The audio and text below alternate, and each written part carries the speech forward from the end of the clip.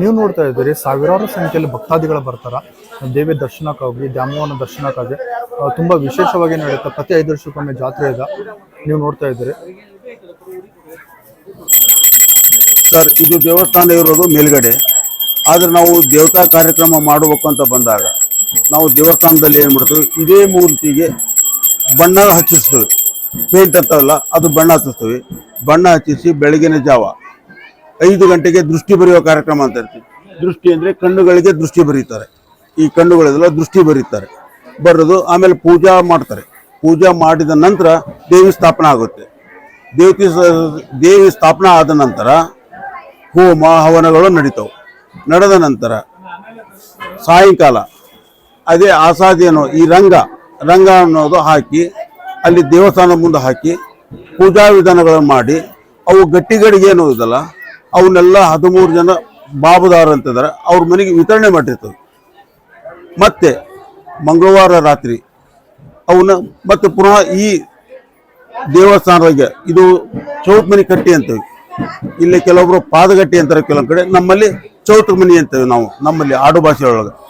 ಈ ಚೌತ್ ಮನಿ ಒಳಗೆ ನಾವು ಏನು ಮಾಡ್ತೇವೆ ಅಂತಂದ್ರೆ, ಈ ದೇವಿನ ಒಂದು ರಥೋತ್ಸವ ಮುಖಾಂತರ ತಂದು ಇಲ್ಲಿ ಸ್ಥಾಪನಾ ಮಾಡಿದ್ದೇವೆ. ಸ್ಥಾಪನಾ ಮಾಡಿ ಮುಂದಿನ ಕಾರ್ಯಕ್ರಮಗಳನ್ನು ರಂಗ ಹಾಕಿಸೋದು, ಮುಂದಿನ ಕಾರ್ಯಕ್ರಮಗಳು ಎಲ್ಲವೂ ನಡೀತವೆ. ಆದರೆ ಮೊದಲನೇ ದಿವಸ ಮಂಗಳವಾರ ದೃಷ್ಟಿ ಬರೆಯುವ ಕಾರ್ಯಕ್ರಮ, ಸಾಯಂಕಾಲ ರಂಗ ಹಾಕುವ ಕಾರ್ಯಕ್ರಮ, 2ನೇ ದಿವಸ 3ನೇ ದಿವಸ ಖಾಲಿ ಇರುತ್ತೆ. ಕೆಲವೊಂದು ಪೂಜಾ ವಿಧಾನಗಳು ಇರ್ತವೆ, ಅವನ್ನೆಲ್ಲವರು ಅರ್ಚಕರಷ್ಟೇ ಮಾಡ್ತಾರೆ. ಎಲ್ಲ ಅರ್ಚಕ ಸಿಬ್ಬಂದಿ ಐತಿ, ಇವರೆಲ್ಲ ಪೂಜಾ ವಿಧಾನಗಳೆಲ್ಲ ಮಾಡ್ತಾರೆ. ಇವರೆಲ್ಲ ಅರ್ಚಕ ಸಿಬ್ಬಂದಿ. ಕೊಡಪ್ಪ ಅವರಿಗೆ. ಇದು ಅರ್ಚಕ ಸಿಬ್ಬಂದಿ ಪೂಜಾ ವಿಧಾನಗಳೆಲ್ಲ, ವಿಶೇಷ ಪೂಜಾ ವಿಧಾನಗಳನ್ನು ಎಲ್ಲ ಮಾಡ್ತಿರ್ತಾರೆ. ಆದರೆ ಮಂಗಳವಾರ ಮತ್ತೆ ಬೆಳಗಿನ ಜಾವ ನಾವೆಲ್ಲ ಊರ ಗ್ರಾಮದ ಜನರು ಎಲ್ಲ ಸೇರಿ ಒಂದು ದೇವಿಗೆ ಉಡಿ ತುಂಬುವ ಕಾರ್ಯಕ್ರಮ ಅಂತ ಮಾಡ್ತೇವೆ. ಉಡಿ ತುಂಬುವ ಕಾರ್ಯಕ್ರಮ ಮಾಡಿದ ನಂತರ ಸಾರ್ವಜನಿಕರು ಎಲ್ಲರೂ ಉಡಿ ತುಂಬುವ ಕಾರ್ಯಕ್ರಮ ಮಾಡ್ತಾರೆ. ಅದ್ರ ಜೊತೆಗೆ ಸ್ತಬ್ಧ ಚಿತ್ರಗಳು, ಮೆರವಣಿಗೆ, ಇವನ್ನೆಲ್ಲ ಬೆಳಗಿನ ಆಯೋಜನೆ ಮಾಡಿರ್ತೀವಿ. ವೀರಗಾಸಿ, ಡೊಳ್ಳು ಮೇಳ, ಬಾಜಂತ್ರಿ, ಇವನ್ನೆಲ್ಲ ಮುಖಾಂತರ ದೇವಿಯ ಮೆರವಣಿಗೆ ಆಗುತ್ತೆ ಬೆಳಿಗ್ಗೆ. ಮತ್ತು ಸಾಯಂಕಾಲ ರಥೋತ್ಸವ ಮುಖಾಂತರ ದೇವಿ ಈ ಚೌತ್ ಮನೆ ಕಟ್ಟಿ ಬಂದು ಸ್ಥಾಪನೆ ಆಗ್ತಾವೆ. ಅಲ್ಲಿಂದ ಮುಂದೆ ರಂಗಗಳನ್ನು ಹಾಕುವುದು, ರಂಗ ಹಾಕಿ ಕಾರ್ಯಕ್ರಮಗಳೆಲ್ಲ ಪ್ರಾರಂಭ ಮಾಡೋದು.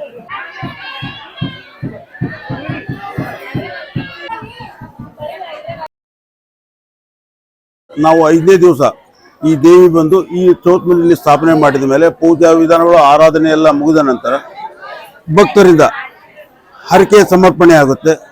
ತಮ್ಮ ತಮ್ಮ ಇಷ್ಟಾರ್ಥಗಳನ್ನು ಸಿದ್ಧಿ ಮಾಡ್ಕೊಂಡದ್ದು ಅವ್ರೇನು ಮಾಡ್ತಾರೆ, ದೇವಿಗೆ ಸಮರ್ಪಣೆ ಮಾಡಿ ಇಲ್ಲಿ ದೇವಸ್ಥಾನದಲ್ಲಿ ಅನ್ನ ಸಂತರ್ಪಣೆ ಇರುತ್ತೆ. ಅನ್ನ ಸಂತರ್ಪಣೆ ಮಾಡುವ ಮುಖಾಂತರ ಪ್ರಸಾದವನ್ನು ತಾವುಗಳು ಊಟ ಮಾಡಿ ಪ್ರಸಾದನ ಸೇವಿಸಿ ತಮ್ಮ ತಮ್ಮ ಹರಕೆ ಮತ್ತು ಮುಂದಿನಕ್ಕೆ ಒಳ್ಳೇದಾಗಲಿ ಅಂತ ದೇವಿಯಲ್ಲಿ ಸಂಕಲ್ಪ ಮಾಡಿಕೊಂಡು ಪ್ರಸಾದ ತಗೊಂಡು ತಮ್ಮ ಗ್ರಾಮಗಳಿಗೆ ತಾವು ಹೋಗ್ತಾರೆ. ಇಷ್ಟು ಈ ದೇವಿ ಮಹತ್ವ.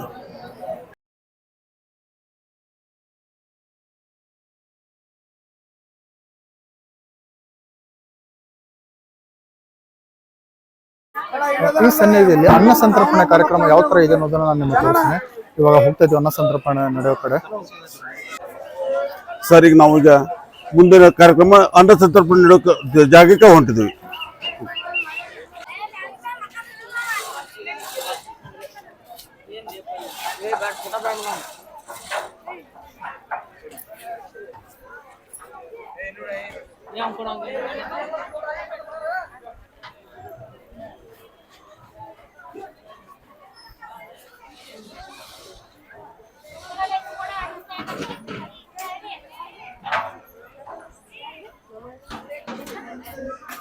ಸರ್, ಇದೆಲ್ಲ ಅನ್ನ ಸಂತರ್ಪಣೆ ಮಾಡಿದ ಜಾಗ, ಇವೆಲ್ಲ ಅಡುಗೆ ಪಾತ್ರೆಗಳು, ಇದೆಲ್ಲ ಟೈಮ್ ಆಗಿದೆ.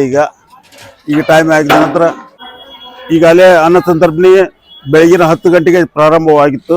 ಇಲ್ಲಿವರೆಗೂ ಕಂಟಿನ್ಯೂ ನಡೀತಾ ಇದೆ. ಆದರೆ ಈಗ 4 ಗಂಟೆ ಟೈಮ್ ಆಗಿದೆ. ಈಗ ಜನರೆಲ್ಲ ಈಗ ಭಕ್ತರು ತಮ್ಮ ಹರಕೆಗಳನ್ನು ತೀರಿಸಿ ಪ್ರಸಾದ ವಿನಿಯೋಗ ಮಾಡಿ ತಮ್ಮ ತಮ್ಮ ಊರುಗಳಿಗೆ ಹೋಗ್ತಾ ಇದ್ದಾರೆ. ಈ ನಮ್ಮ ಜೊತೆಗೆ ಈಗ ಬೇರೆ ಪರಿಸರದ ಬಂದವರು ಈಗ ಊಟ ಮಾಡಿ ದೇವಿಯ ಆಶೀರ್ವಾದ ತಗೊಂಡು ತಮ್ಮ ತಮ್ಮ ಗ್ರಾಮಗಳಿಗೆ ತಾವು ಹೊರಡುವ ಸಮಯವಾಗಿದೆ. ಇದು 4 ಗಂಟೆ ಆಗಿದೆ ಈಗಾಗಲೇ.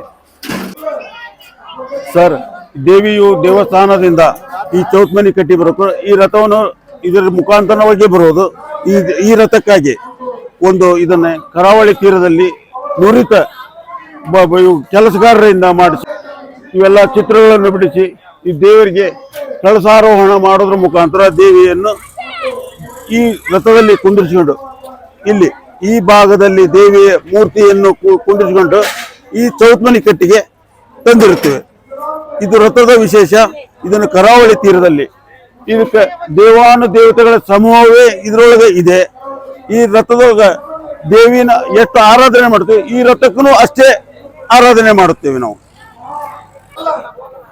ಇದು ಭಕ್ತರಿಗಾಗಿ ಈಗ ಅನ್ನ ಸಂತರ್ಪಣೆ ಕಾರ್ಯಕ್ರಮ ನಡೆದಿದೆ. ಇದು ಮುಗಿತಾ ಟೈಮ್ 4 ಗಂಟೆ ಆಗ್ತಾ ಬಂತು. ಇದು ಮುಗಿತಾ ಇದೆ.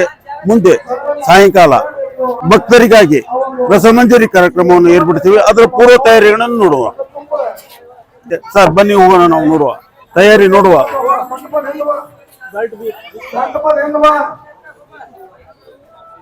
ಸರ್, ಅವರೆಲ್ಲ ಸಾಮಗ್ರಿ ಇವೆಲ್ಲ ಸಾಮಗ್ರಿ ಬಂದಿದೆ.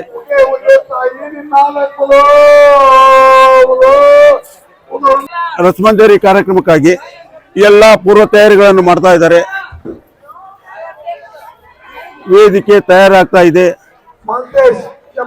ಕಾರ್ಮಿಕರೆಲ್ಲರೂ ಕೆಲಸ ಮಾಡ್ತಾ ಇದ್ದಾರೆ. ಎಲ್ಲ ಕಾರ್ಮಿಕರು ಶ್ರಮವಹಿಸಿ ಕಾರ್ಯಕ್ರಮಕ್ಕೆ ಎಲ್ಲ ವ್ಯವಸ್ಥೆಯನ್ನು ಮಾಡ್ತಾ ಇದ್ದಾರೆ.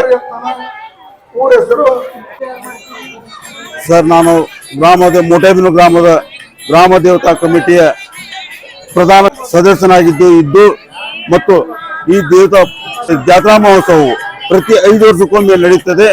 ತಾವುಗಳು ಬಂದು ದೇವಿಯ ಆರಾಧನೆಗಳಲ್ಲಿ ತಾವು ಭಾಗವಹಿಸಿ ದೇವಿಯ ಕೃಪೆಗೆ ತಾವುಗಳು ಹೊಂದಿ ಕೃಪಾಶೀರ್ವಾದ ಪಡೆದು ಮತ್ತು ತಾವುಗಳು ಪ್ರತಿ 5 ವರ್ಷಕ್ಕೊಮ್ಮೆ ಬಂದು ದೇವಿಯ ಆಶೀರ್ವಾದ ಪಡೆದು ಇನ್ನೂ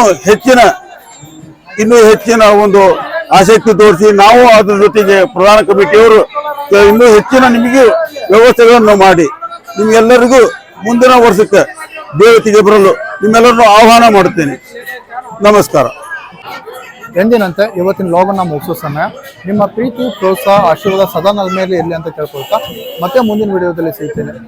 ನಿಮ್ಮ ಅಭಿಮಾನಿ ಮಂಜುನಾಥ್. ನಿಮ್ಮೊಂದಿಗೆ ಧನ್ಯವಾದಗಳು. ಒಂದು ವೇಳೆ ನನ್ನ ವಿಡಿಯೋ ನಿಮಗೆ ಇಷ್ಟ ಆಗಿದ್ರೆ ಪ್ಲೀಸ್ ಲೈಕ್ ಮಾಡಿ, ಶೇರ್ ಮಾಡಿ ಮತ್ತು ನನ್ನ ಚಾನಲ್ ಸಬ್ಸ್ಕ್ರೈಬ್ ಮಾಡಿ.